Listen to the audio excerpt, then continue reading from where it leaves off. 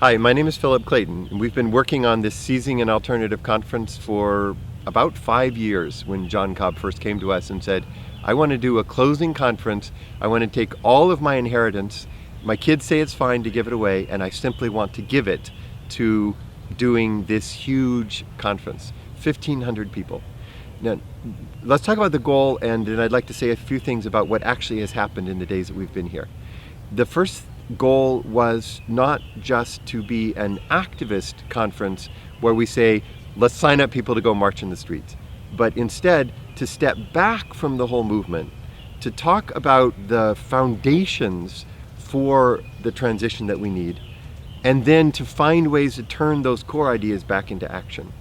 So if you want to think of it this way, it's sort of this question on the ground, how are we going to live differently? Then circling back up to the largest questions, worldview, philosophy, religion, God, everything, and then circling back around to living in the world in a different way, to being activists in the world. And so therein lies both the strength and the weakness of the conference. The strength is that it gets a critical distance. I've never seen a conference on ecology or the crisis that gets to such a foundational level in the discussions. There is metaphysics, there is deep theology from across the world's traditions, there are Christian exegetical work on scriptural passages, there's political philosophy, there's aesthetics, there's art. Everything that could cast a light gets discussed, and then the idea is to circle back around. Now our weakness perhaps is that we spend a lot of time in the clouds. And so some of the younger people in particular are saying the issues are so urgent, you can't afford to spend time up in these lofty questions. And you haven't gotten us as far toward actually making a difference in the world as you need to. And I'm sympathetic to that critique, so that should be said out loud. But I don't think that in the end it's right.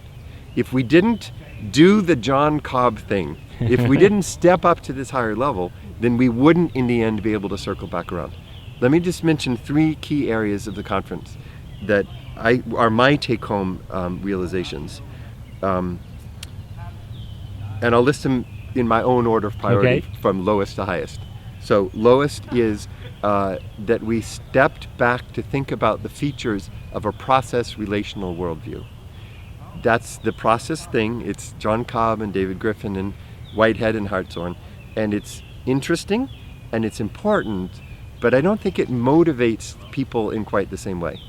The next level up is people have talked about a process relational worldview in the sense of what ecology tells us about the nature of the world. And that one I find more urgent. A lot of people feel like we can learn something from interdependent systems, the trees, the flowers, the sun, the grass, the water, the clouds, different in different places, and the way that these ecosystems actually bind together into a single interdependent whole. That's a really valuable thing. So that one I found even more valuable. The next highest, I think, for me, almost the top, is that we have had the chance to speak out of our religious identities.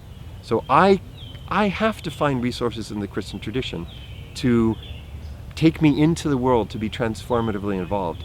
And my background as a conservative evangelical is to leave the world behind. You know, we're seeking for that ultimate salvation. And this conference is helping me realize that as a Christian, I'm called into the world. And I'm called to think not just about the salvation of others or the poor and suffering, but also the nature of the environment as a whole. And alongside of that, Buddhists are doing it, and Jews are doing it, and Muslims are doing it. And in their traditions, I want them to find the same sort of power that I'm finding in my Christian tradition to help do that. And finally, the thing that's most powerful, I've never seen before, is a combination of synthesis and concreteness. So there's a way in which when I sit with 2,000 people in the auditorium and the Muslim, Jew, Buddhist, Hindu are there and Christians like myself are there, there's a bonding, a common project that doesn't make us leave behind our own particular identity. So shared vision, 2,000 people ready to jump up and say, we believe, we have hope, we can do this. And the concreteness that I can go back to my Christian tradition, to my particular communities, and be transformative there. And that's my excitement about the conference. So bringing that salvation theological concept into a holism that this conference is highlighting, that it's much less of a transcendent or otherworldly salvation or inner dualistic type salvation, but a salvation of all, which we are a part of, and so we participate in that way. So what I would say, I think you've really nailed, for us as Christians, the most urgent issue. And so there are many ways to say it. There are many biblical ways to say it, which we could talk about. But theologically, I have found recently power in the Wesleyan tradition, whether you're Nazarene or Methodist or whichever part of the American Episcopal, African American Episcopal, or whatever it might be. There's a power in that tradition which places such a role, emphasis on grace, transformation, salvation of course, and then sanctification. So that redemption is a whole life thing. And John Wesley expected the redeemed person to be out in the streets, not only helping people to get an education and to get food, but also to gain medical knowledge, to form communities among the poor, and to build communities there. There was nobody who would say that Wesley was second rate on his understanding of the centrality of Christ and the centrality of saving grace. Right, absolutely at the center of his life and thought and preaching. And yet what he actually does is build these, to use the liberation phrase, base communities. Christian communities, he called them classes, right in the midst of the communities where the need was. And they would Bible study and eat and then be out. He said, if I'm not only visiting the poor, but eating with the poor and having them as my friends, I'm not walking the path of discipleship. And so this vision that you've just described, Dale, is a vision that's deeply Wesleyan, and that's that particular angle on the broader Christian gospel that I find fits so naturally with this conference. And let me just say in closing, is it any coincidence that a Methodist, John Cobb, who's written books on Wesley, would be doing the world's largest ecology conference, what we call the Woodstock of ecology conferences, motivated out of his Wesleyan heritage, but seizing an alternative toward an ecological civilization? You said in the interview with Michael Dowd in that series that he did that we need to be rethinking theology in terms of an earth in peril. Can you say something about that? In a sense, that's a natural extension of where we just were. Yeah.